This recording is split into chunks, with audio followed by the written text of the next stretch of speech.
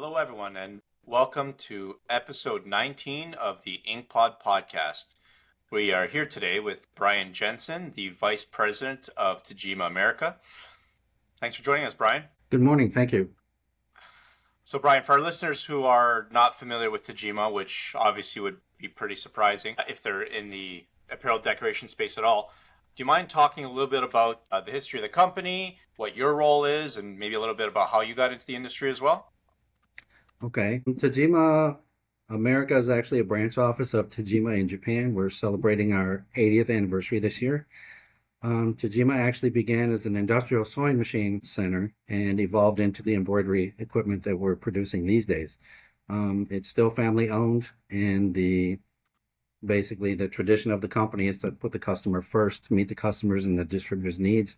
So we still actually evolve on that philosophy. Right now, we actually have Mr. Kojima, that's our CEO right now. He is actually one of the family members from the traditional family members that started the company. So it's still run by the family with the same philosophy that we take care of the customers. So based on that, we're still trying to produce the best quality machine out there to meet the customer's needs. And your responsibilities within the company as VP, you manage all the Americas, North America, South America, and the United States? North, South, Canada, U.S., and South Central America. Mm-hmm. That's what I meant there. Awesome.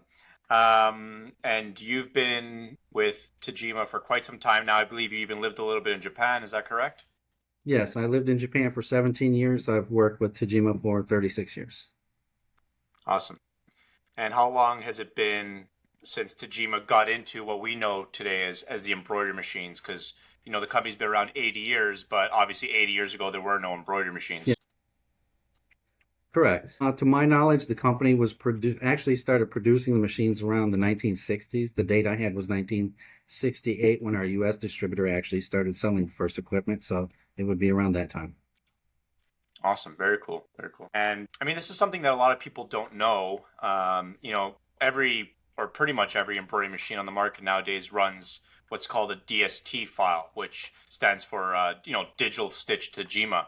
So Right. Knowing that, did Tajima come up with the concept of embroidery? Like, what's the story around there? As far as I know, the original concept of embroidery came from China.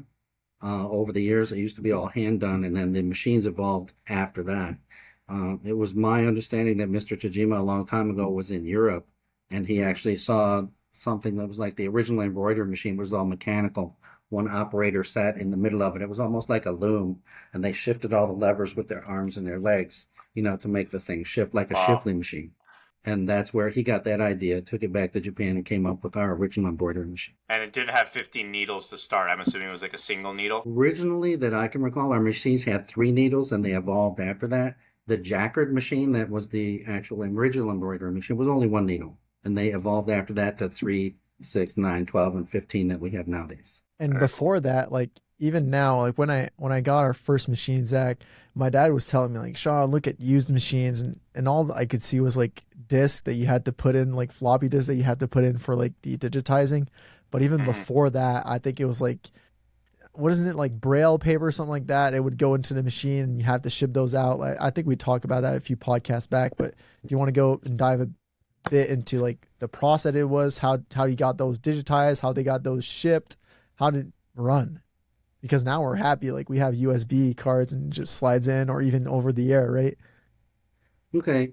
Originally, when I was mentioned before, the Jacquard machine was the actual first, what we called the tape, but it was called a card.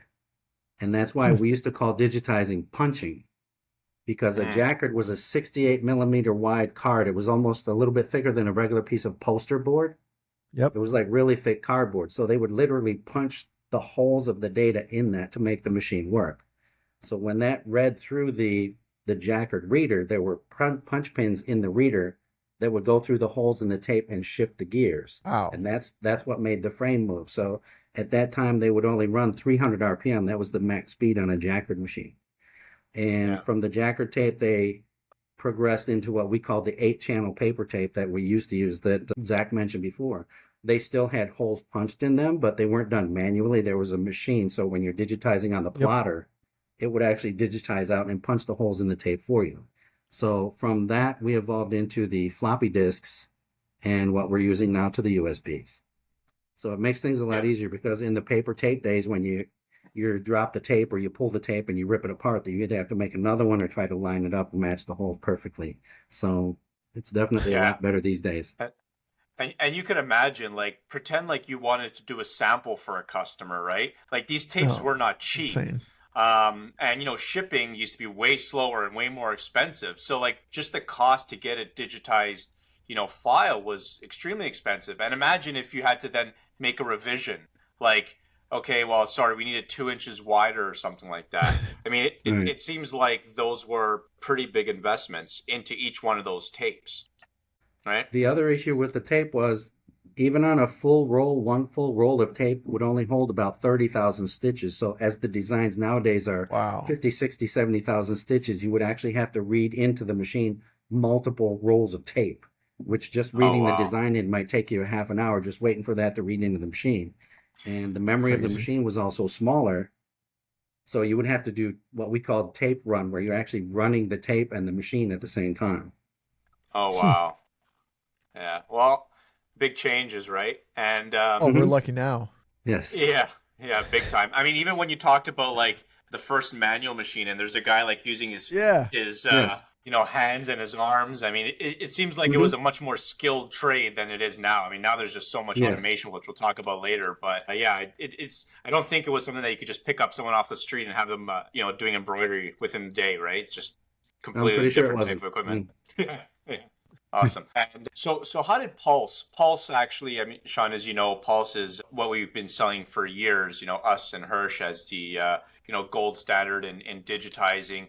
And Brian could actually talk on, they recently got acquired by Tajima, which is now called Tajima Solutions, correct? Or is it Tajima Software, right, Brian? Correct. Tajima Software Solutions. Okay. And what did they bring into the industry? Were they the first ones to start doing the digitizing? Like I forget what, or they did something, or they replaced the tapes. I forget what their contribution was to the embroidery space, but I remember it was pretty big. I know that we used to actually carry Wilcom back in the day when I first started with the company. And then when Pulse came around, they started using Pulse. I think the biggest thing that Pulse has been bringing into the industry for us anyways is the networking system and being able to network Yeah. the machines, hundreds of machines all into one central computer, feed the designs and everything back and forth. So you're eliminating a lot of the need to have the operator stand in front of the machine, set the designs, and a lot of times that creates mistakes with setting the wrong colors or the wrong designs or things like that. So bringing that part of a system into use by Pulse was a big deal for us. We have that Yeah, on definitely. the machine. Yeah, we have that because we have Paul, Zack. We have the big software we got when we got our first machine, and we have that feature where we can actually choose all the colors, choose all the threads for our machine for our digitizing, and we can't send it with a DST. I don't remember what the file is, but the girls downstairs know exactly what it is. But they send that directly to the machine, and all the colors are already pre-mapped. Does that go with all the machines that you guys have? Because I know you guys have a lot of machines. Like I didn't even know some of them before doing the research. There's the Psi, TMBP, TFMX, TMR, TMEZ. Is like Sumo. what does what do these machines go and where do they fit in the market? And do they all have these amazing feature that we have with the TMAS and TMR? Yes, originally the DST format is what came out when we first started doing the embroidery, and we had a limitation there on the amount of codes that can be in there because it's a binary Yeah. tape and not, or ternary, not binary. So we actually came out with our own binary format. It's called TBF on the Exactly. file extension. So Yep. the TBF basically is what allows you to incorporate your color changes and design settings into the design when you're digitizing. So when you drop that out to your USB, it drops an original DST file and then a command file that has Exactly. all those commands in it. So all of our machines right now are capable of, the newer machines are capable of reading the TBF designs. That's awesome. And That's amazing. each machine, like where do they fit in the market? Like which the Psi, who is it for? TMBP, who is that for as well? Because I know, like we know the TMR and TMEZ because that's what we looked at when we wanted the 6-head. We wanted large area to embroider. So Zack was like, "Oh, get this machine. Oh, get that one." And we looked at it and was like, "Yeah, it fits exactly our needs." But there's a lot more that people don't know. I think that you can buy from Tajima. So you want to dive bit into like what they offer? Yeah, Brian, maybe start at the bottom, with the Tajima Sai, and then just go over, Hmm. highlight the features and go all the Yeah, way up to the top of the line models. because I Okay. didn't know these exist. Okay. Basically, the sign machine was a machine that we came up with for the home market because we didn't have a small machine like that to compete with the other machines that are out there. So the sign machine itself is based on the home field. So you have a smaller embroidery field and a little bit less functions that you would on one of our bigger machines or one of the more advanced operation panels. So it was just a basic machine, like a break into the market machine for us. Okay. And then from the side, you actually move up to what would be now the TMBR and the BP2s. Yep. So that would take you into more of an industrial type machine with a wider field. So you can do the full wide cap all the way from ear to ear, side to side, 4 panels that we refer to, and a larger field because the sign only gives you 100 by 200 on the embroidery space, but a TMB PMBR would give you 360 front to back by, I think, 500 side to side. So you have a bigger field, more capabilities, also with more colors, more Yeah, memory, and more that's advanced Yeah. functions. Yeah, so I think there's a important distinction to be made because people who are just starting out, some people think like, okay, well I should just go with the entry level model, but there's also some restrictions, right? So like the TMBP, we Correct. call it the entry level into embroidery. Shawn, I'm sure you're familiar with lids. Yeah. Lids actually has a TMBP at every single one of their locations, and they have like well over 1,000. Brian, I don't know if you know exactly how many, Yes. but there's a ton of those.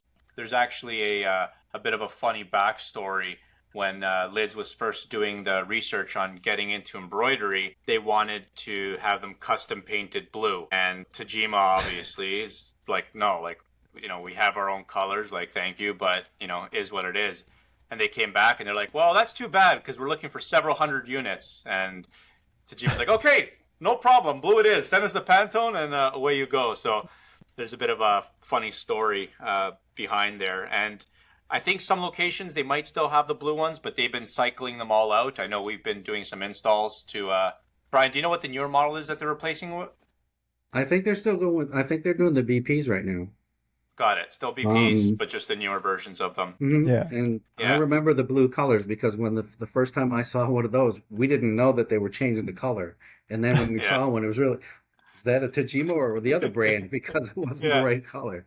So, but yeah, they did actually agree to paint them blue because it fit their concept for their stores, to make it fit in better. And then they changed over time.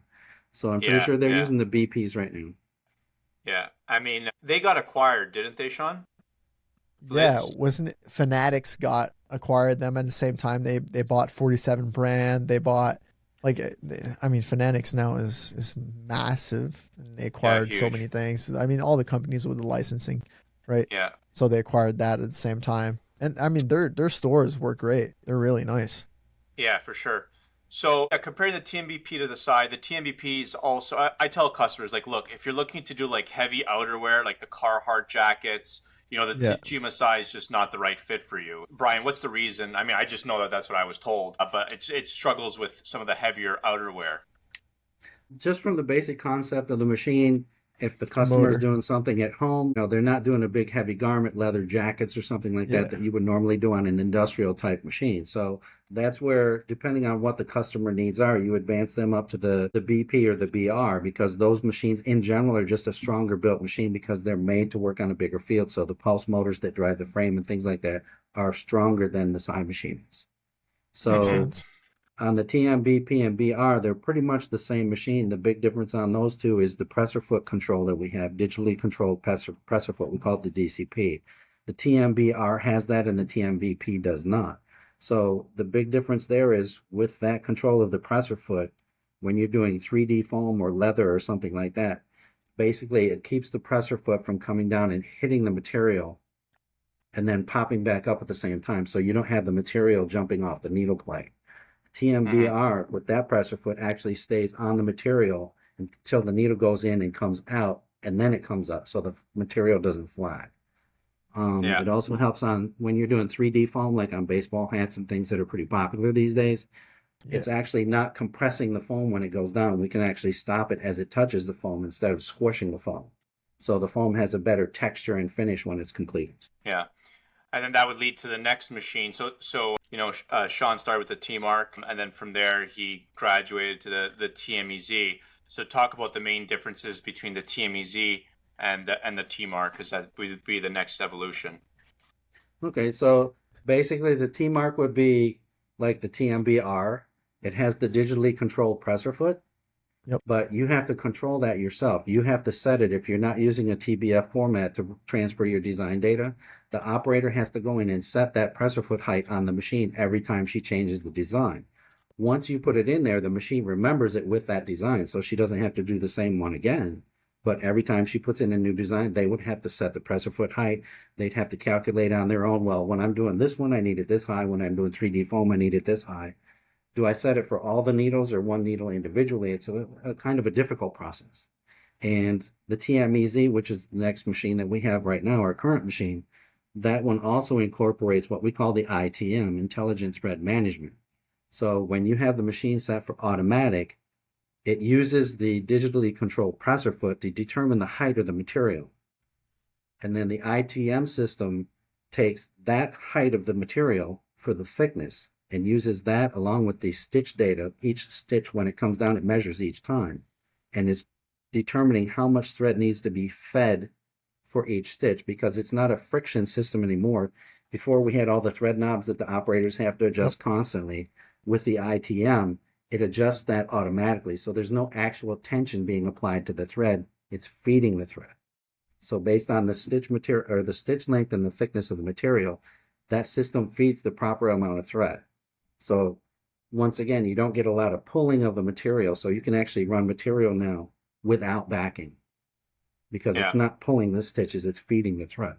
So it makes a lot better finish. Yeah. The finish is a lot better. Yeah. And just hiring new people and running the machine. I mean, you go in the department now and I just hear the machine running all day, every day. The T mark, what's really nice about it is that you can have all these features to tweak it, right? To adjust the presser foot and all that, which is really nice. When that machine came out, it was like the next best thing from the TFMX, because it was like, hey, you can control everything now. But you needed an operator that knew what they were doing to really run that machine to its full potential.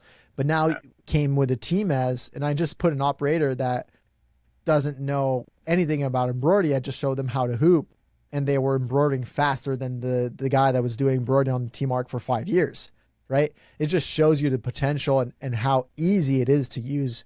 And then the quality, it's outstanding because it just does everything on its own. It's a really, like, it's an AI embroidery machine in the sense, like, it's smart for you, right? It does all the hard work. And not to say that if you don't know the knowledge of embroidery and you don't have a background, it's not like it's bad to have it. It's always good to have a really good background, because if you do add that good backing, if you do add that water soluble on top, it's just going to make a better finish, right? So having that background and that knowledge is great, but having somebody that's new is also good too with that machine, and just teach them and they can learn really fast the ropes and understand the machine. So I think, like, for us, that was massive. But yeah. So the other good point of that system is the machine records all of the settings that it used for that design. For the DCP and for the TMEZ, it remembers those settings. So when you go back from design to design to design, it remembers the settings it used last time. So if you're doing repetitive work this week and then next week you're back on the same thing, the machine remembers those. The best part about this is, say, for example, you have a single head TMEZ and multi-head TMEZs, or our high-grade machine, the TMCR, which is flats only. You can take the settings from this single head machine and put it in the big machine and have it run exactly the same way, because it's not friction based. It's all based on the new system. So to eliminate all of those problems, the quality between the single heads and the multi heads would be consistent.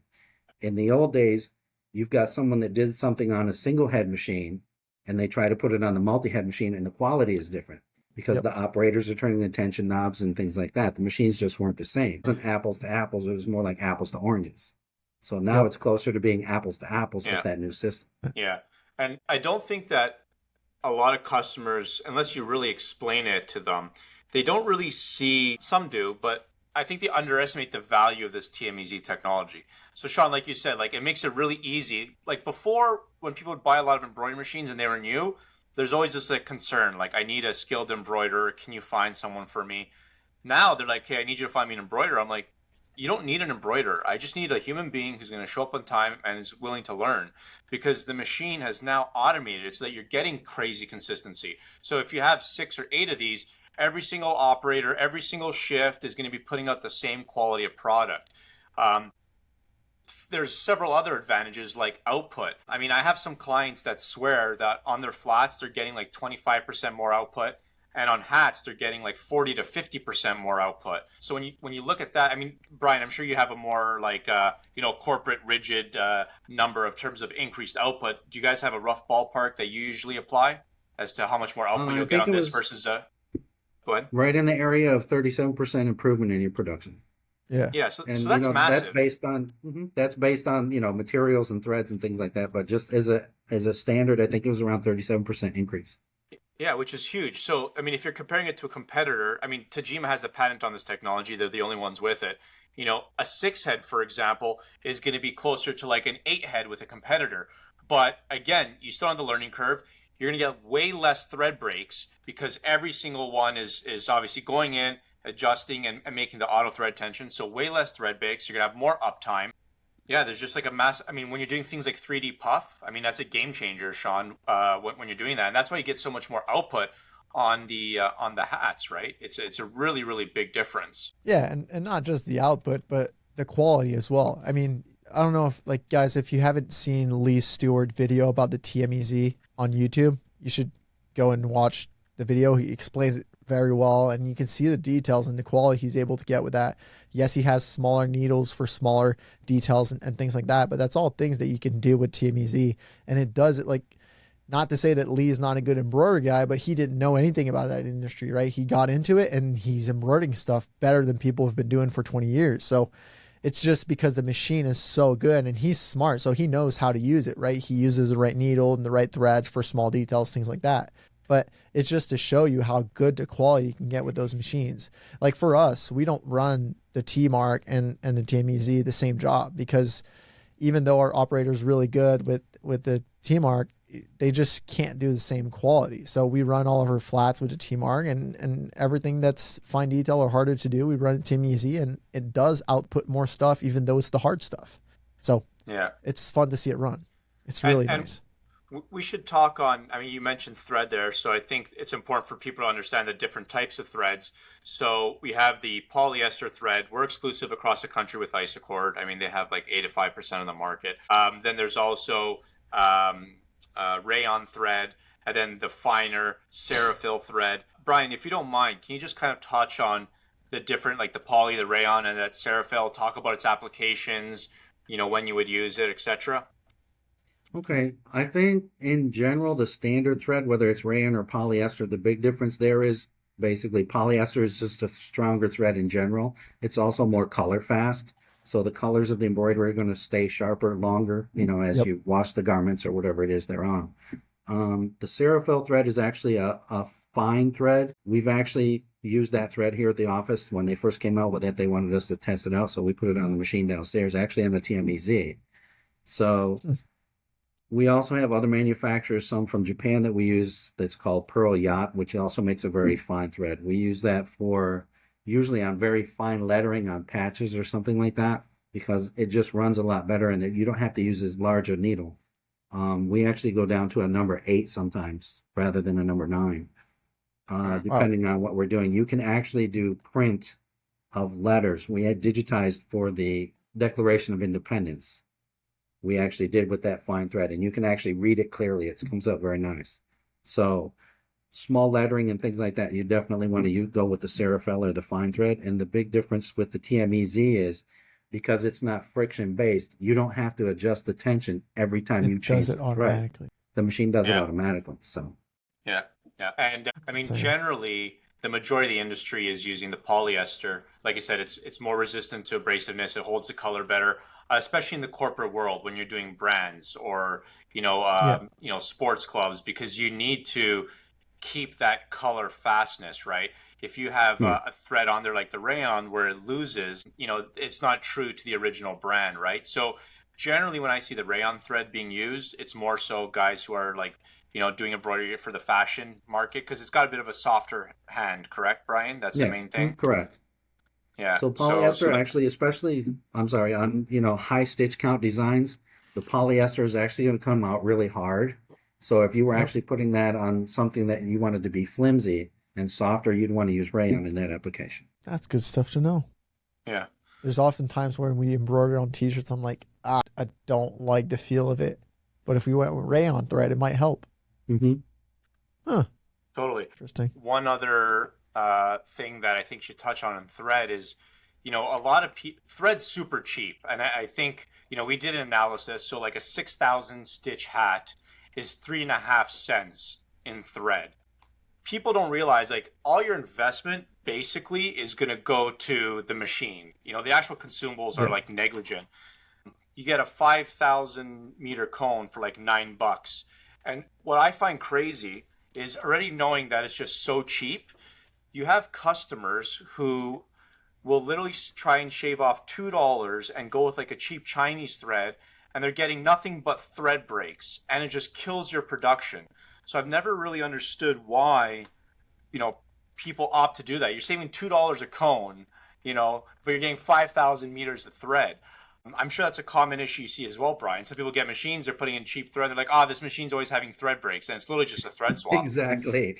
Right? It happens all the time, actually. So a lot of times it can be the thread. It can also be the design data. So normally when we go out to work on a machine, we'll always take a known design, usually one of our Tajima designs that we've had for years, and we put that on the machine to make sure it's running properly. So we put our design in and it runs fine. You put their design on and it doesn't. Sometimes it's just the digitizing because it was done overseas. The operators don't look at the design that closely when they're putting in a lot of small stitches. So the newer machines now actually have what we call cleanup, where you can take out those small stitches when you're loading the design into the machine. Yep. That helps also with taking out some of the thread breaks. I mean, that's another very, very important point that a lot of people don't appreciate who are running the machines is they try and go with a cheaper digitizer that'll digit the file for like $10. Whereas let's say if you get like a premium company like Graphics that does all the hand tracing instead of auto digitizing, I'm just throwing a number, I don't know, it might be $30, right? And they look at it like, I'm spending an extra $20. Right. But what they don't realize is if you're using auto digitizing, you're getting all this garbage extra stitches on there. Like you could be an extra 30 or 40% stitch. And at the end of the day, what that's doing is it's causing thread breaks, but increasing your runtime. So, and at the end of the day, that's where the cost is. These machines are not fast. When you compare it to like screen printing, where you could pump out 900 or 800, 700 units an hour, these machines are slower. So you really need to optimize your digitizing to make sure that A, it's going to look good, B, you're not going to get tons of thread breaks, and C, you're going to have a lower runtime. We have that very often where customers, they get a machine for the first time and they're like, Zach, like the thread's always breaking. Come check out this machine. My technician goes there and, they do a test. They'll put in one of like our files that we know we digitized and it's flawless. And then, they talk to the customer, like, show me what you're doing. And they run that file and it's doing nothing but thread breaks. And then from there we say, okay, let's get it redigitized. We redigitize it, runs way faster, way cleaner, way smoother. So I think that that's something that people really need to, be willing to do is invest a little bit of extra money in going with a quality digitizer because it makes the world of a difference. It's insane. The difference is massive. I'm not always sure that it's just okay. Go ahead. Okay. No, I'm not sure that it's not always, I think the price as much as how fast they do the turnaround, because if I receive the artwork today, if I send it to India or China and have them digitize it overnight, I've got it back tomorrow morning. Locally, you might have to wait a couple of days for somebody to complete that data and get it back to you. So you would get it in production faster, but the production's not going to be any faster because of all of the thread breaks and the problems you have because the design wasn't digitized, well. Yeah. My rule of thumb, to be honest, is whenever we look at a digitizer, whether it's Graphic Source or whoever it is, if they're not stitching out the digitizing, like for us, like if you look at Graphics account, you can see they stitched it out. So you can see the embroidery on a backing. You can see the quality. And if you don't like the way they like the satin stitch, the angle of it, you can ask it to change. So you're paying a premium for that, but he's taking the time to actually embroider it on a backing to see how it's going to come out, what it's going to be. He doesn't have the same machine you have, but he's just taking still the time to embroider it. and look at the final result, and you're seeing what it looks like. So for us, when we saw that, we were like, well, it's obviously we're going to go with them. They even tested it out. So they don't want to have thread breaks, right? So that's just a 2 cent to keep in mind. If your digitizer is just sending you DSTs and you don't have the the files that you can edit and whatnot, and they're not stitched out, I mean, maybe you want to look elsewhere. There's a lot of digitized out there. So yeah, and one thing I want to touch on before we get off the topic of digitizing, a lot of people when they get into this, especially when you're like the smaller business mindset, a lot of people, the entrepreneur behind it wants to wear every hat. So they want to do the sales, they want to do the production, they want to, do the digitizing, right? Because they're just trying to keep their costs low. And obviously they don't have the budget to pay for people to do all this stuff. So initially, a lot of people are like, oh, they buy the machine. They're like, I want the full digitizing package. And, Tajima's software now has different levels. You have Composer, Illustrator, Maestro, etc. And they want to go straight to the top, and it's expensive. And I think what a lot of people don't understand is like digitizing is an art. I mean, it takes a long time to get really, really good at it. And the majority of shops, they do not do any digitizing in-house. They outsource it to professionals. They'll get the basic level, like, a Composer, for example, so they could just do, digitize names and numbers. It has the, whatever it is, 100 preloaded fonts, or adjusting sizes. But I think that when a lot of people try and jump into doing all the digitizing themselves, I very rarely see it being successful. It's definitely a lot more challenging. It's like doing screen seps, like advanced screen seps, they're not easy to do. You have to really know your stuff, right? And it takes time to get good at it. So yeah, and we'll continue going through different models because I know we kind of sidetracked. But one thing I want to point out with the Tajima Sai, which is always really convenient. So the Tajima Sai actually has, I think it's like 10 pre-digitized fonts in there.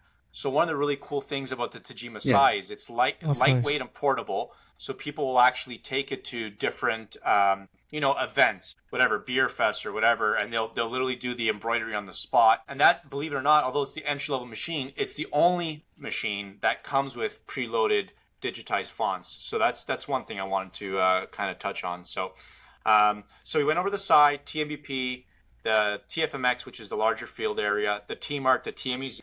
What's left? There's the Sumo, which is the Sumo actually is in the process of being converted over right now to the new model. So the previous TWMX, they simply called it the Sumo because the arm underneath is actually longer than our standard machine. A standard machine is only 360 millimeters front to back, where the Sumo, we call it the TWMX officially as the model, is 500 front to back. So you have 500 by 550 instead of that 360 field. So if you're doing very large shirts, jerseys, football, hockey, things like that, that machine is better for you simply because you have that larger field. The TWMX right now, as I said, is actually going to be phased out. It's still out there right now, but the newer one is going to be called the TMBPXC, I think they're calling it. And basically, it's almost the same exact field as the TWMX, but it incorporates the newer technology of the BPBR series. So you have the new touchscreen, big operation panel touchscreen. That's all going to be included into the new model. The other part there is the extension frame that we have for that machine. Takes you from a standard size border frame of 550 side to side out to 1200. So the actual mechanics of that has been completely changed. So the table supports and everything are on the main frame of the machine. You don't have to have support pipes and all that stuff underneath it any longer. So if you look at our website, they actually show the specs and everything for that new model on the website. It's just not available yet. It will be soon. And there's one machine that's 18 colors, right? 18 needles. Yes, we have 18 colors, but we don't actually sell a lot of those. I don't think the need was as much as they were planning on when they came out with 18 needles. Someone wanted 18, so they came out with it, and then it just, I think the most popular right now is 15. Yeah, for sure. And so that I think that covers the majority of the single head models. Obviously, there's some other ones like the TMARV, which is the 12 head stretch. Tajima, what a lot of people don't know is they also sell a lot of equipment outside of the apparel decoration industry. I think you guys are into like automotive and the aircraft industry, correct? Do you want to just touch a little bit about that and some of the cool, unique machines that you guys have? Okay, just on the embroidery side, we also have chenille machines, which we call the TCMX machines. So Yes. they'll do standard chenille. We also have a chenille mix machine that incorporates regular embroidery with chenille embroidery on the same machine. And that one basically switches back and forth automatically, so you don't have to slide the design over and try to line it up manually. So it's all done automatically. The other machine we have is a TLMX machine, which is what we call handle embroidery. So that one is basically used to tie down tapes, ribbons, and cords and things like that to a base material. So it feeds down off Okay. of a bobbin and it just runs underneath the needle and the needle is tacking it down. So depending on the function that you're using, it's either penetrating the material or it can swing it back and forth under the needle so it doesn't make contact with it. We Yeah, also like use that. I saw there was one application for that. It was a company that was putting like some kind of heated wire in like school buses so that it would melt, and they would Yes. literally just use this machine to run the wire Mhm. throughout the bus, which I thought was pretty cool. So that's That's what I really was just cool. getting to. The TLMX standard machine is used for usually more in the fashion industry. We have a lot of those machines in the European market with the beads, cords, taping, and things like that for Oh making it look yeah. nice. That same model has an attachment for wire feeding. It's a base TLMX machine, but it has a wire feed device on it. And that's the one we use for wire. And that's where the process comes in, what we call zigzag swing. It's actually swinging your material under the needle, so it's just tacking it down, so it doesn't actually hit the wire. And that's what they use for, as far as I know, car seats, heated steering wheels. Oh, they actually have a company that does clothing with that, with a very fine microfiber wire. Um, Yeah, it's very cool. the mhm. The other machine that we have now is called the PAX series. So we have the PAX and the HAR and the PAR. So we have a machine that just does perforation, and the perforation basically is any design that you want. So up until now, when you look at a car seat, it's just a standard pressed out hole pattern. It's just Yep. a roll press. They run the leather through and it just pokes a bunch of holes in it, where our machine is actually using the embroidery machine just like we would do a design. So you can actually make a design with the holes using different sizes. You can shade and things like that within there. So Wow. we have a design downstairs, Marilyn Monroe, and it's done with those different size holes. So when you put a light board behind it, you can actually see the texture of her face in there. That's awesome. So on Yeah. that same machine, we have one that just does the stitching with the heavy duty thread that you would use on a car seat. And Yep. we have the PAX, that's the mix machine with the sewing and the perforation on the same machine. Yeah, a lot of cool stuff. I mean, we don't Yeah. see too many of those. Like, I don't think we've ever sold. I might be wrong. I don't think we've ever sold one of the PAX ones. We did have a client that just bought some embroidery machines. I mean, my associate Sapal was the one that was working on that. I don't think it was a PAX, but they had it was an automotive application. It's actually going very well. But the most common one for us, which is still rare, is the chenille. So, and the chenille, Shawn, as you know, it's like like Roots, how they have that like fluffy, you know, Super popular right now. yeah, like especially on varsity jackets, it's like Yep. huge with all the varsity jackets. And those take a special type of thread, and those come in some different types of options, right? There's the mixed, Yes. and then there's just the standalone chenille. Do you want to just talk about that? Okay. So the chenille, straight out chenille machine is a 6 color machine. And chenille basically has two different types of stitches. There's a chain stitch and what they call a loop or a moss stitch. And basically it's like tufting. So the needle Yep. has a small barb just above the point, just like a fishhook does. So that goes down through what we call the looper, and the looper is where the thread is being pulled up from the bottom.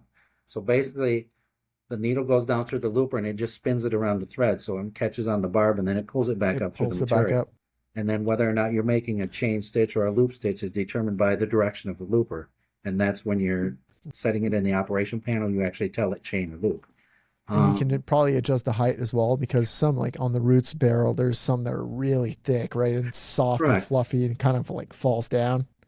So based on the size of the material, or I'm sorry, the size of the thread, the thickness of the thread, we actually have a combination between the needle plate, what we call the end pipe, which is where the Yep. needle's running down through, and the needle itself. So based on your thread size, you have to get that right combination there. The height is actually something you can set on the operation panel from 0 to 9. So 0 would be 2 millimeters, and I think it's 0.36 millimeters up from there for each step. So based on the type Wow, of that's a thread big you're gap. using, Excuse me? Like going from 0 and going to 9 is it's a massive difference. Yes.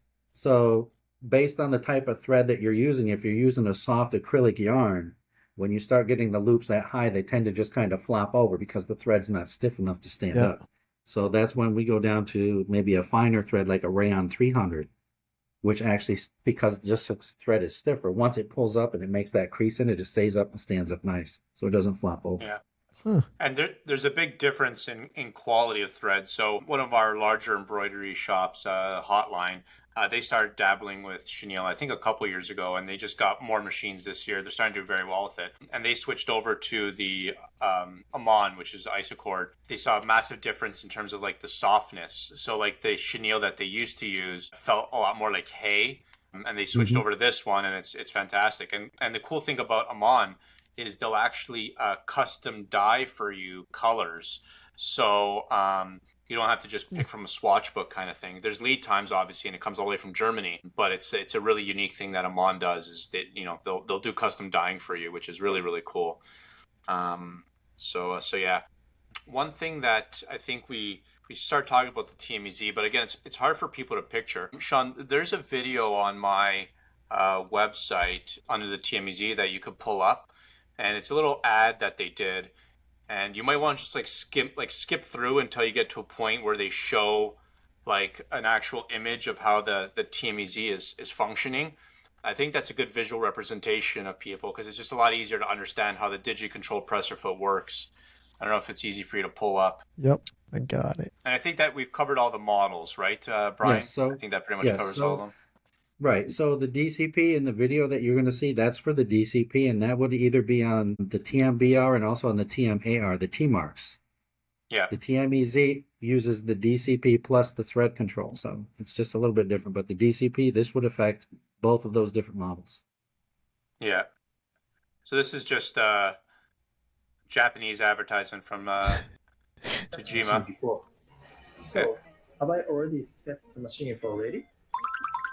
Yeah, it sets the machine automatically. This video is good. You don't have to adjust the tension. Everything does it automatically.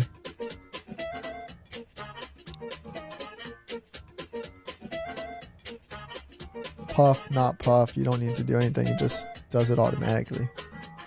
Oh my goodness. That's very easy.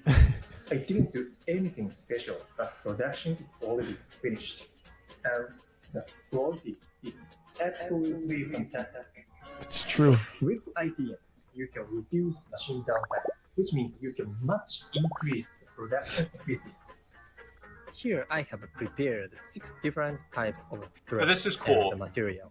You can run That's super cool. There's no the same need logo to on multiple adjust different items on the even same if run. The materials change. Yeah. Also, That's huge. DCP, which is short for digitally controlled presser, There you go. prevents the material from flattering. Let me emphasize that. Yeah, because it controls everything, right? So even Right. like for us that we're jumping in big into the POD market, and I don't know if you knew that, but like we're going full dive into print on demand, and we've added embroidery 2.5 months ago, and that was a big stress for us. Like our clients are going to sell these designs on multiple products, right? Whether it's t-shirts, hoodies, and oftentimes you come in the morning and they sold multiple different products with the same artwork on it. So that's why now with the TMEZ, when Zack told me that, I was like, oh, this is awesome. So we run them on the machine all at the same time, whether it's a hoodie, it's a t-shirt, or like a crew neck, right? The fleece is different. The quality is just the same on all the heads. It doesn't matter what you're running on. That was massive for us for POD because we only had 2 6 heads. So at first I was like, hey, Zack, we're probably not going to go into POD with embroidery. We're probably going to buy some 1 heads. And then Zack was like, well, why don't you run them all at the same time on your machine? So we're like, okay, let's try that. And then I was like, oh, that's awesome. And lucky enough that our clients sell a lot of the same designs during like every single day. So we don't run them as one-offs. We just run them as, all right, we're going to run 6 heads today. We're going to run 4 heads for this design, 3 heads for this design. We have one machine right now in the TMEZ that's just doing that all day, 4 days a week, because there's the volume's there. So is there a place in the market, especially with the technology now that Tajima has with the software, being able to send it directly with the LAN technology over the air. Do you see a market going more and more into POD with embroidery? I know it was like everybody saw DTG, but didn't see a lot of embroidery. And now I feel like we're getting to see a lot more embroidery in the print on demand side. I mean, is that big in the US as well? Like they have a 31 gifts. It's got like, I think 1,900 or more single heads. I mean, Wow. POD in embroidery in the US has been pretty big for a while. Again, it's still like an emerging technology. No one in Canada is really doing high volume one-off POD yet to that scale. But Brian, I mean, you could speak to it. I'm sure there's lots of the companies that they just have a massive amount of single heads just doing these one-offs now. There are more companies around than there used to be doing that. 31 Gifts was actually something interesting. I've actually been up there, years ago, but they still have all the machines and their work is still the same. So basically they set up half of the machines with these colors and half of the machines with those colors. That's how they're able to control that with the TBF design format that we talked about before. So depending on what color needs to be used, they can preset the colors and everything with the designs and feed it into their central network, their computer, and then that feeds out to each machine. So by the time the operator at the machine gets the work order, she has the work order printed out with the barcode, and she has the item. All she has to do is scan the barcode. It presets the machine for color changes and everything. All she has to do is load the garment, hat, or whatever it is onto the machine and hit the start button. So it makes it a lot quicker turnaround for that kind of work. Yeah, and I think we're literally about to see the greatest revolution in the embroidery space, especially when it comes to POD. There's a technology which Shawn, I know you've seen at the show, called Color Reel. They actually filed for bankruptcy about 3 weeks ago, something like that, or a month maybe tops. And I was really excited when I first saw the technology because basically you'd be loading the white thread, which was an isocord poly thread, and it would dye sublimate as it was stitching. So you'd be able to have like full color designs. And when I first saw that, I'm like, and me coming from a POD background, I'm like, oh, this is incredible. Like you can now offer, what Brian mentioned is they have different pods. So this pod's got these colors on it, this pod's, so you're really limited. And then here comes the color reel, and I'm like, oh, this is amazing because now it could be full color. After really diving into it, we saw it came with a ton of limitations. Like there was a certain distance, I don't know what it was, that it would need to like sublimate before it could change colors. So you couldn't really get crisp lines. So it wasn't good for corporate and that kind of stuff. And then when we were at the last show, and what we saw was called the brother, they were calling it the POE. Now I think it's called the DOE, Direct on Embroidery. And that was a real game changer, especially for someone like Shawn, for example, who's got, brother machines, who's not doing as much DTG because they're doing a lot of DTF. Well, here comes this ability, and I actually have some samples here where you embroider the design and all in white, and then you load it into the brother machine, and there's a camera, and the camera would take a picture of the white thread, and then from there it would do a full CMYK print. And it was doing the print in like under a minute, and it was cheap. We're talking pennies because it's CMYK only, and the quality was like incredible. What I was most impressed with, so here's an example of a tiger. If you look really close in that, it's really, really clean. There's absolutely no overspray, which was my concern because I'm like, well, how do you load the shirt perfectly so that the brother machine prints on the same spot? Here's another one. This one's really cool. So it's hard to see in the camera, I'm sure, but this is actually puff. So it's all raised. Exactly. So there's puff underneath this, and that's raised. Here's a cool one with a firefighter. Again, there's puff under here. So it's like 3-dimensional. And this is what they start off with, right? They start off with all white, and there you go. So I think that this is going to be really the next big thing because now a company like Shawn, who does POD, can now say, hey, we'll do one-off embroider for you, any color you want. I mean, obviously it's going to be RGB values from Brother, whatever the case that you decide. So you're not going to be able to hit every Pantone, but you can do things like full gradients and a massive amount of color options. So I think that's the next big thing. Figuring out the automation and the workflow and how that's going to work with the POD company is kind of what's up in the air. I mean, we're getting our first unit, hopefully in like a week or two. So we're going to hope to bring that to the Montreal print show that we have going on there, and that's in September. But I think that's the next big thing. Brian, have you seen the technology? I'm sure you saw the color reel. Tajima was a partner of Color Reel in terms of having integration with them. What are your thoughts on this technology now coming into the market? Well, like you were saying before, Color Reel had its limitations. If you were doing something that was faded, like you were doing the sky or something like that, and you're just fading from one color into the next, it was a great product. But if you had to have precise lines and cuts in your colors, you couldn't do that with Color Reel. I think that was the major drawback, because most of the things that you see are not faded colors. They're straight cut. This area is this color, this area is this color. So I don't know if that wasn't the biggest problem with that system. Also, that you talked about before, where they have a certain distance that you have to pull it through. If you had a thread break and you had to back it up, you have to pull out a certain distance of thread that your operator's going to have to learn, well, I need this much thread to pull out when I stitch back the machine or something like that. A little bit of an inconvenience there. Yeah, So definitely. production-wise, if you had to do that constantly all day long to keep pulling thread out, how much you're wasting just by changing the color. So I think there were a lot of things that, made that system so it wasn't as great as we thought it was going to be. I think the cost was also crazy. It was almost like 40,000 US per head, right? Right. So if you think about it, if you had a 6 head, that's 240,000 US, right? And again, you have to remember, you're probably running, maybe 4 designs per hour on the head on average, maybe. So you think about that, you're doing that times, what I say, 6, right? 4, 8, 12, so 24 units per hour. Whereas the Brother is a standalone. So you embroider everything, and then you could load with one Brother machine 60 units an hour. The whole setup is cheaper than, the one color reel. I think that's kind of like the nail in the color reel coffin, to be honest. I just don't see how it can compete against that. So yeah, I'm really excited about it. Shawn, I'm sure that you're planning on implementing that at some point at your facility. Yeah, especially for print on demand. I mean, it gives the option for your clients to just offer things that weren't possible before. And I think there's going to be markets that are going to rise because of that, right? So think about sportswear or like firefighters, right? They all want to have their zip hoodies with the patch sewn here, but instead of being a patch, it's going to be embroidered white patch, and they're going to be able to have their name or like the firefighter name or thing that he has, right? His nickname or something like that underneath, that's going to be printed with DTG. So you're going to pre-treat it, you're going to print it. I think that's going to be like a big market that we don't even know that's possible right now. It's just people are going to be creative and they're going to go and get that market, whether it's on Etsy or Facebook Market or whatnot. Soccer moms are super popular now with things like that. They want to support their kids.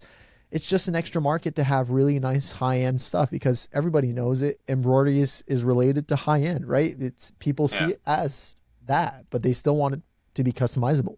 So now having that, I think it's just going to open the floodgates for people to be more creative. So that's awesome, for sure. For sure. And I think, we should touch on the embroidery market in general, the space. Like we at RB Digital, we've seen massive growth year over year since I've been here, which is like almost, 6.5 years roughly.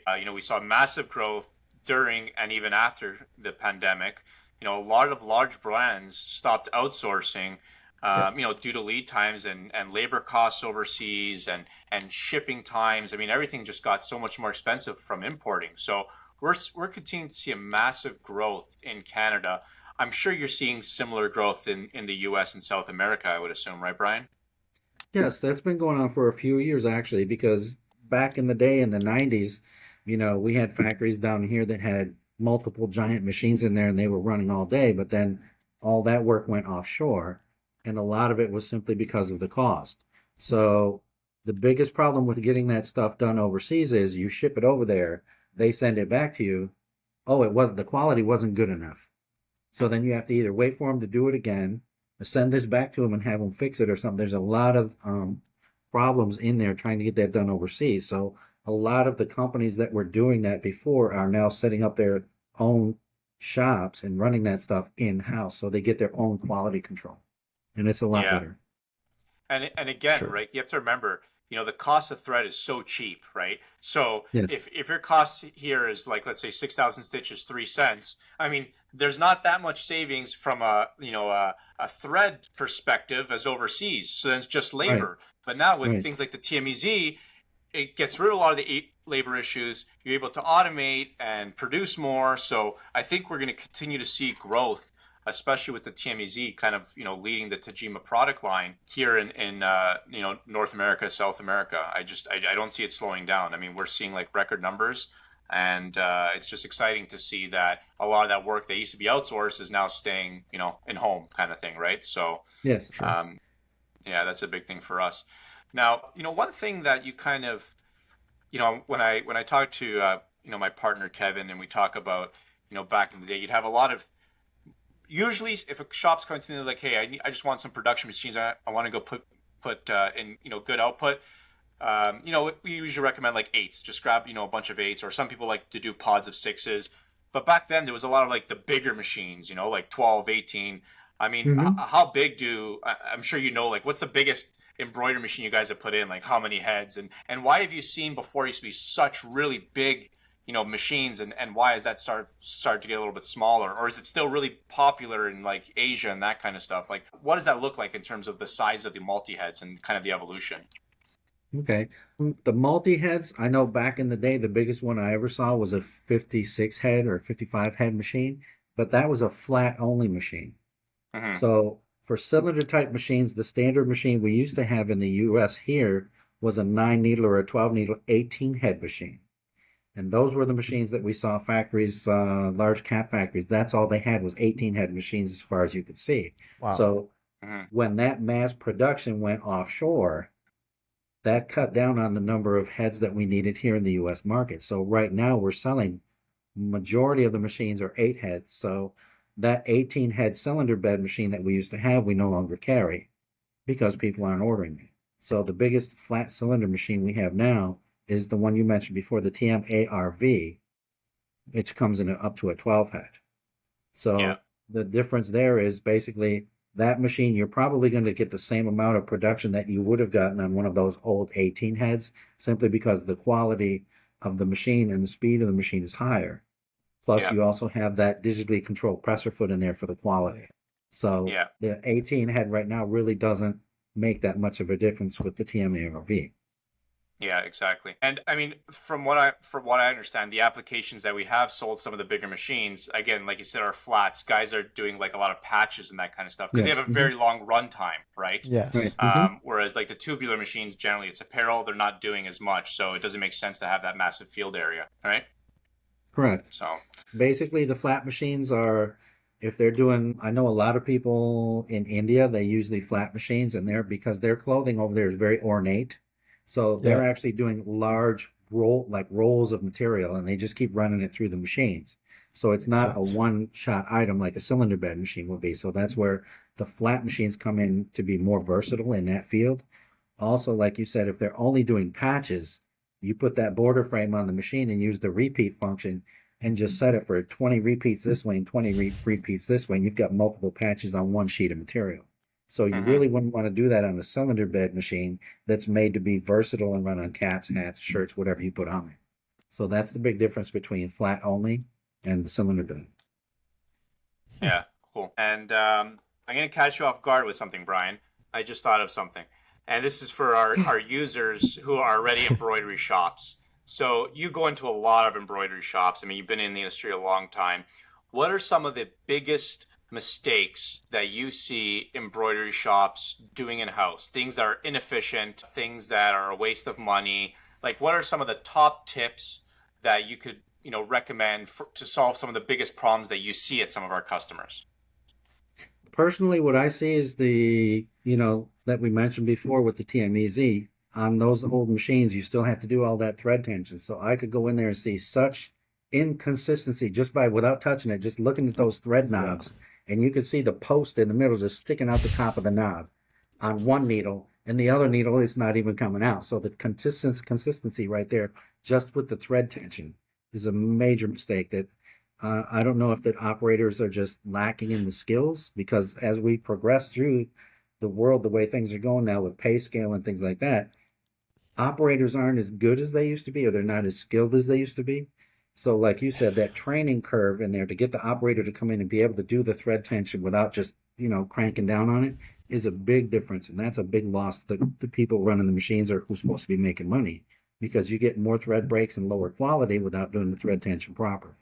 That's probably the biggest thing that I see when I go out and look at machines. The other problem there, I think, is hooping, depending on what type of hoop you use. If you don't hoop the material properly, you're going to have more pull in the material, even with backing on there, if it's not properly hooped. So trying to get the operators to learn how to hoop properly, not have the frames too tight. Because if you have the frames too tight when you're hooping, you create, I don't know if you call it a burn Friction. or just a frame mark. It leaves a Hoop ring on marks. the garment. Yeah. Then you have to steam it later to get it out. There are frames in the market that will keep you away from that problem. It's called Mighty Hoop. Yeah, they're Yeah, awesome. that was what I also- was going to point out. That's the Okay, biggest hoop- inefficiency. I sell it standard. Like if somebody buys a machine, I mean, so you don't have to Mhm. buy all the magnetic hoops, but definitely buy the base and buy the 5.5 inch, because I've been to shops literally that have 2 to 3 full-time steamers that are just steaming all day long. These Mighty hoops are not cheap. You know, they're a couple $100, right? But again, it helps with the comfort of the operators. You know, they're not having to jam in. And look, let's Right. face it, the majority of the operators that I see, you know, they're usually smaller women. I mean, you know, it's, Mhm. you know, Filipino women or Asian women. I mean, that is, so for them to get a big Carhartt jacket and jam it in, it's super uncomfortable. You know, without having the hoop master, it's harder to line up. You get those hoop marks, you know, really delicate fabrics sometimes, same issue. So that's the one thing that I go to shops. I'm like, if you don't have a hoop master, you don't have Mighty hoops, it's the first thing you have to invest in. And even like changeover time is just quicker, right? Like everything about it is Right. better. hmm Yeah. I mean, if you think about what we talked about before, if you just bought the Mighty hoops, you don't have to buy the steamers. So how much, if you Yep. calculate how much money you wasted on them steamers when you could have just bought Mighty hoops and got away from the steamers, because those steamers actually affect the machine performance and also the thread, because your thread is sitting up on the machine. So all that moisture in the air actually affects how the thread runs through the machine. Oh, and how If much it's time More you if it's spend moist or if it's steaming. dry. Yeah. I didn't even think about that. That's a good point. No, So it's that's just another thing with where we were talking about thread before. If you're in a dry climate, your thread's been sitting up there on the wall for a year, and then you pull it off and try to use it. It's not going to be the same as a brand new spool. So Yeah. you'll Nope. get more thread That's breaks true. with the old thread that's sitting up on the wall getting all dusty. So there How are quite much a few does things here. spring tension cost, Zach? Spring tension? Like the spring that goes behind the tension thingy on the machine. I have no idea. I mean, It's I penny. couldn't Like tell you. it's not Yeah, it's nothing. pennies, okay?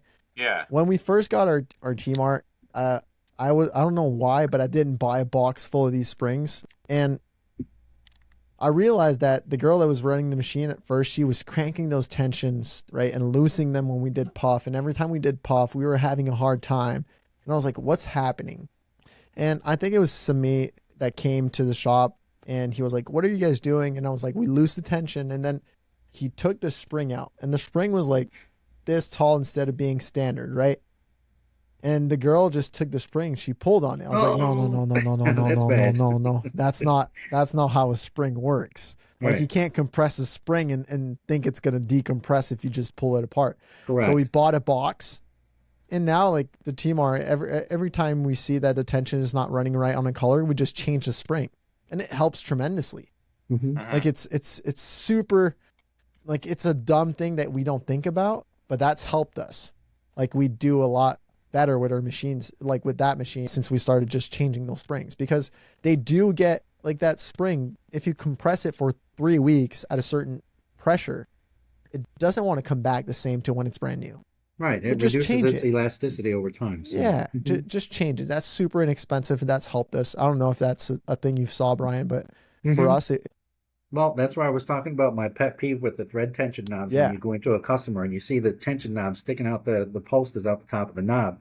The spring underneath there now is done, because once you loosen it back up, it's not going to decompress. So you're going to have no thread tension on that needle. exactly. And that's the biggest problem. Hey, I'm gonna go to Yeah. bed a bit Any smarter other- tonight. Any other golden nuggets of wisdom that you've collected over the years that you think would be good for embroidery shops to implement? I think some of the other things that actually apply to thread breakage and things like that, the type of bobbin or bobbin case that you use. Oh, let's cover The that bobbin. because there's different types of bobbins. You know, we have sideless, Right. Mhm. magnetic. Oh, there's another one. Anyways, Well, the L are the there's- standard type, but now they have Yeah. the magnetic type out there. So I think the biggest difference in the bobbins is when you get the machine from our machines, when they come from Japan, you would standardly have the spring inside the bobbin case. And basically that spring is what's It acts like the brake, just like the brake on your car. When the machine stops, it stops the bobbin from rotating so it doesn't keep going and loosen up the bobbin thread so you have thread pullouts. So most of the time that's for use with the standard aluminum bobbins that you would self-wind. And basically you get better quality out of those bobbins because the weight of the bobbin stays consistent. It doesn't have the issues in there like a regular bobbin with all the wax coating on it to hold the side, like the sideless. They use a lot of wax to keep the thread on the bobbin, so it eliminates that problem. So it runs a lot smoother throughout the day. On the newer type, they have the magnetic type. There's a magnetic core in the center, and it's sideless. Those actually run very nice. In my own personal experience with either brand that we have, Filtech is one of them. Madeira actually has those now also, where it's just a center core and it's magnetic. And that magnetic serves the same purpose as that spring. So when you're using those bobbins, you take the spring out and you load those in, and they run very consistent. You don't have a lot of misdetections with the bobbin thread. When it's out, it's completely empty. So they run a lot nicer on the machines. I don't know anyone that actually winds their own bobbins anymore, unless you're doing a special project where I have to have the same color thread on the back of the material and on the front. We did that once in the past with a brand name. I can't mention the name, but they have to have the same color on the front and the back. If it's on a scarf, so if it flips over, you can see the same colors, not the white bobbin thread. So in a particular case like that, we use the aluminum bobbins and we wind our own. But in general for embroidery, I think almost everybody is using the pre-wound bobbins nowadays. Yeah, I was a little confused because they were called pre-wound. So I asked Kevin once, I'm like, why are they pre-wound bobbins? And they're like, well, back then, like, you used to like wind up the bobbins. Like, yes. And, there's still some rare applications. I'm like, that sounds crazy. Like, that is crazy. But it still gets done sometimes. Mm-hmm. So you have to pre-wind the bobbin back in the day, and then take your digital tape and hope it's not busted, and then give it to the embroidery guy who's like using his legs and his arms to do the single head. It was just, man, it was not easy. Right. Mm-hmm. Technology, eh? Cool. It was more difficult back in the day. I mean, even if you think about some of the other systems on the machines now, where when you're switching from cap frame to tubular, you just turn a couple of thumb screws, pull it off, and put the other one back on. Sure. And it's an individual head. Even if you have an 8-head machine, you can just take one off. Yep. In the old days, you actually had to remove the entire sash at once. Wow. So if you had an 18-head machine, you actually had to have 2 operators, maybe 3, that's crazy, to pick up that entire sash and take it off and then put the one up on there for tubular. So it was a big process back in the day to switch those over. And over time, by decreasing the number, actually we're down now to individual like 1-head sections. It used to be down to 2, and now it's down to 1. To be able to do that without tools was the big thing, because you actually had to have Allen keys and things like that to turn all the screws. Now they've done it with all thumb screws, so you just turn them and take it off and put the other part back on. So those evolved over time to what it is right now. It's a lot easier. Yeah, for sure. I mean, if you want to compare back then to now, I actually I asked Rob, my web guy, to bring over this. This was a gift from Tajima. This thing is awesome. So I don't know, try and get it there. So if you take a look, this has chenille, like all the leaves up top are chenille. There's some dye subs. So if you look at the sky at the top, let me see if I can get a little closer. Like, it's awesome. Just crazy the stuff that you can pull off on these machines now. I mean, it's like literally art. Just the detail that you can get. It's crazy. So we actually have those the same ones here at the office, and I don't feel special anymore. Well, I thought they made this just for me. They made those to send out to customers or for our distributors to actually be able to show the customers the versatility of that one, for example, the chenille machine. So that's why I was saying before, when you have the chenille mix, you mix up the regular embroidery with that. So within that same design, you have the chenille moss stitch, you have the chain stitch, you have applique. If I remember in that one, the horses or something were applique parts. So that's all incorporated into one design. The base material, I think, was actually a pre-weave, like the sky color or something like that, was actually printed on the material, and then they embroidered over the top of that. So to incorporate that all into one thing on one machine was, back in the day, something that was impossible. Yeah. I can remember the day when people would have a standard machine and a chenille machine that they bought at the same time, so the frame spec was the same. So they would literally take the entire frame off of this machine, slide it over to this one, hook it back in, and then run the regular embroidery with the chenille. And that's where the idea came up, to have a mixed machine where you've got both applications on the same one. Very cool. The mixed media is awesome. It looks really good, especially on apparel too. like you see it roots, right? Like what you were saying earlier, Zach, but it looks good having a standard like collegiate design, that chenille with the standard embroidery underneath. It just looks good. Yeah, and we're seeing some cool stuff like we're seeing DTF, DTF with embroidery or screen print with embroidery on top. I mean, Merch Co. We did that, $45,000 screen print package giveaway for the coolest printed shirt in Canada, and he did like some screen, some embroidery, some reflective, some puff.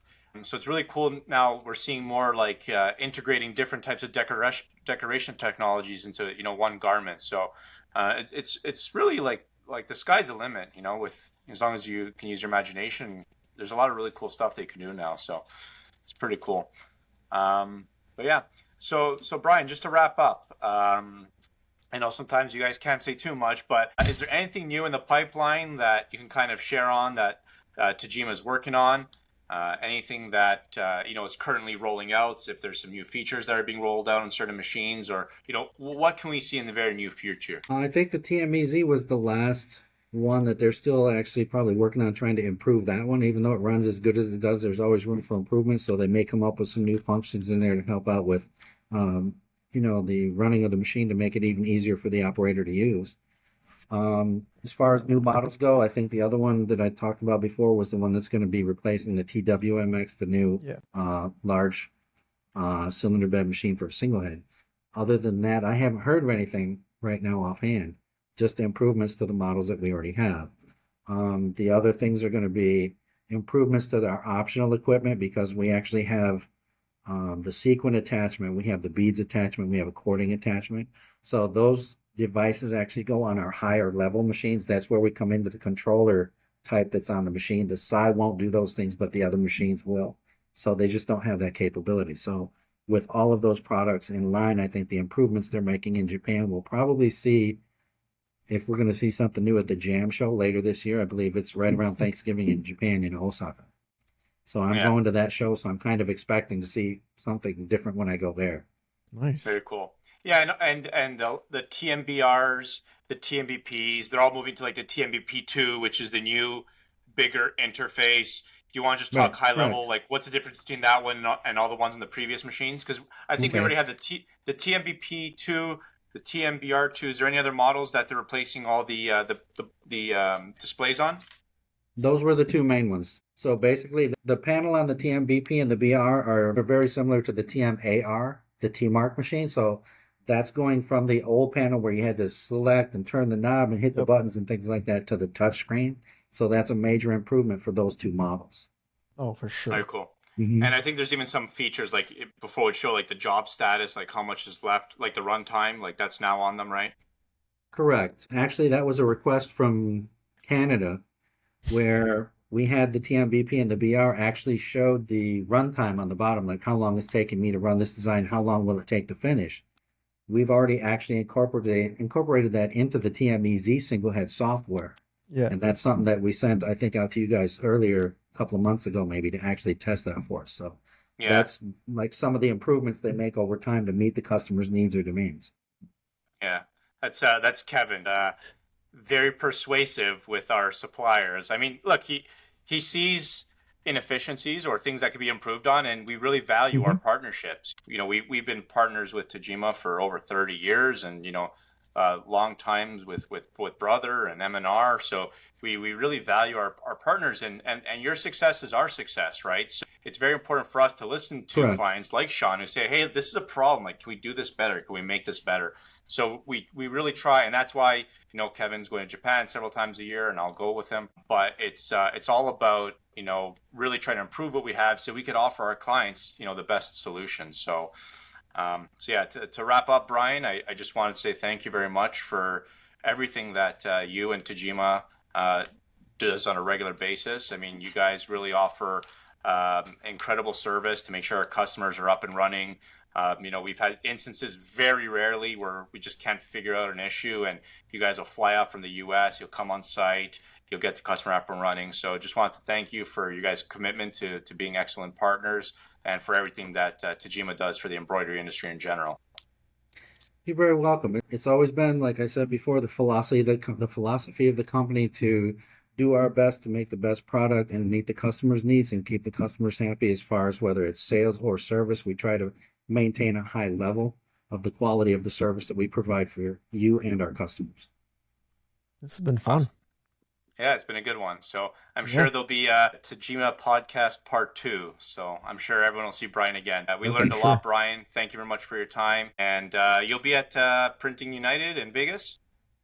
No, I won't be at that one. Okay, so you're missing that one. I'll be there. We do have that one coming up in Canada, though. The other imprint show I think we have up there. Oh, Calgary. So you're coming to that one? Yes, I'm pretty sure. So I'll see you there too. Okay. Awesome. Well, thank you very much for your time, and you guys have a great day. Okay, thanks for having me. Guys. Appreciate it. That's it.